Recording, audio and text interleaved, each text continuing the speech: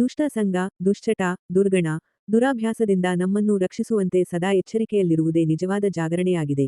BK Sunanda ಅಕ್ಕನವರು.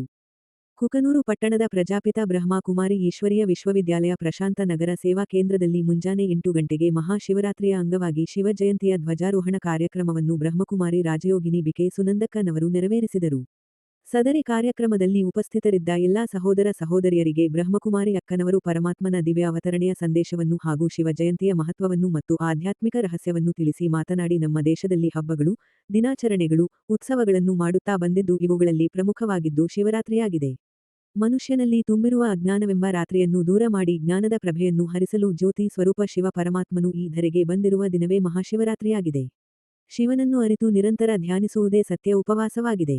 ದುಷ್ಟ ಸಂಘ, ದುಶ್ಚಟ, ದುರ್ಗಣ, ದುರಾಭ್ಯಾಸದಿಂದ ನಮ್ಮನ್ನು ರಕ್ಷಿಸುವಂತೆ ಸದಾ ಎಚ್ಚರಿಕೆಯಲ್ಲಿರುವುದೇ ನಿಜವಾದ ಜಾಗರಣೆಯಾಗಿದೆ ಎಂದು ತಿಳಿಸಿದರು.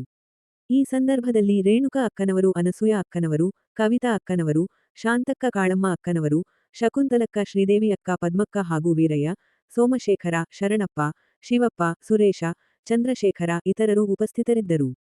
ವರದಿ ಚೆನ್ನಯ್ಯ ಹಿರೇಮಠ, ಕುಕನೂರು.